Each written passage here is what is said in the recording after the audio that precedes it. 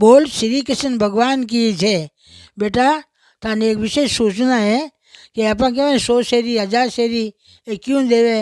कहीं वे दियूँ आ दियूँ हो तो कि कोई घर को धर्म है पर कौन दी अपन ठाए आप दे रिया कौन दी सीता जी दी भगवान ने पति पाया रुक्मणी राजा दी जो भगवान कृष्ण ने पति पाया लक्ष्मी जी दी विष्णु ने पति पाया पार्वती जी दी शिव जी ने पति पाया तो ये बड़ी बड़ी सत्या का दियोड़ी है आ चीज़ा बा मत आप फेरिया तो 100 शेरी देवो नहीं तन मन दीजो भावना दीजो घनी भले मज दो थोड़ी दीजो छोकी चीज दीजो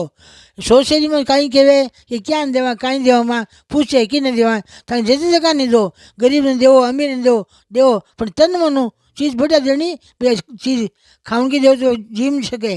પહેરણી દેવો તો પહેર શકે એડી ચીજ દીજો એમાં શીરી દે શકે પતનો દે શકે તકિયો દે શકે ચદર દે શકે पलंग दे सके ईच्छा वेजू दान दो मतलब 100 शेर होनी 100 शेर होनी मोटारा का कपड़ा दे सको तांका दे सको तांका बच्चा का ही दे सको क्यों बन लुगी दान के मोटारा कौन चाहिए गई सबरे दान दे सको बेटा घर का हार लगा दीजो वो शिवान की जय।